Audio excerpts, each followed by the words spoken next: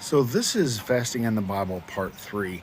The first two I went over Matthew 9 and Isaiah 58. I want to kind of cover in this one.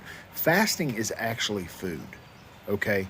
Now, some people, a lot of churches now are like, oh, well, I'll fast media, I'll fast my cell phone time, I'll fast this, I'll fast whatever. That is not biblical fasting. Biblical fasting is actually giving up food for a period of time. It could be one meal a day, it could be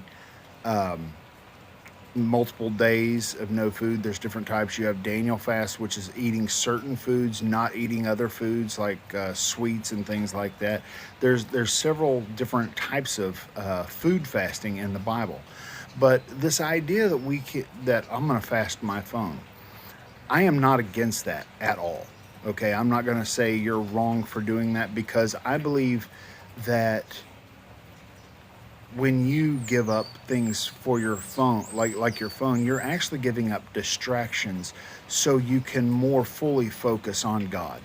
Okay, you can spend more time without the distractions, without the dinging of your notifications going off, or spending 3 hours watching TV shows and movies in the evening.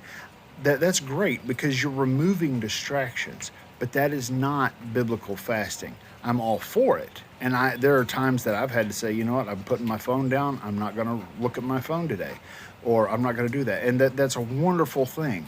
Just know that there is a difference between biblical fasting, which is giving up food, and in certain cases, in the New Testament, and one other case that it actually refers to, is if you're married and you're a believer, right? And you and your wife come into agreement for a period of time, you can actually abstain from sex for a period of time if you're both in agreement. This isn't one saying, well, I'm just going to not have sex with you, because that's anti-biblical. That is not biblical. You both need to be in agreement and say, for this prescribed period of time, we're not going to have sex, okay?